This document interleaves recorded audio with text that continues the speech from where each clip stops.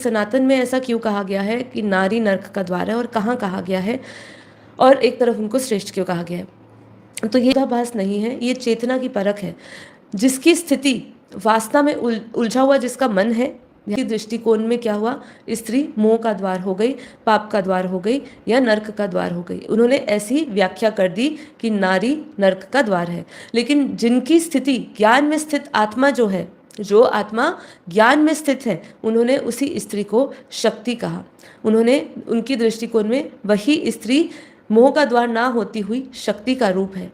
उन्होंने नारी की व्याख्या किस तरीके से करी? उन्होंने नारी की व्याख्या नर्क का द्वार नहीं करी, ब्रह्म का द्वार करी है कि नारी नर्क का द्वार, यह स्त्री नहीं मोह की दृष्टि पर टिप्पणी किया गया है।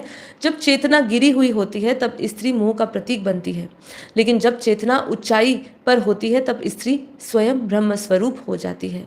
इसलिए सनातन में नारी को शक्ति, सरस्वती, जननी और पूजनीय कहा गया है। नारी स्वयं में द्वार नहीं है, नर्क और ब्रह्म दोनों ही द्वार पुरुष की दृष्टि और चेतना पर निर्भर है। और जो आत्मा दृष्टा बन जाती है, उसे स्त्री में शक्ति ही शक्ति दिखाई देती है। तो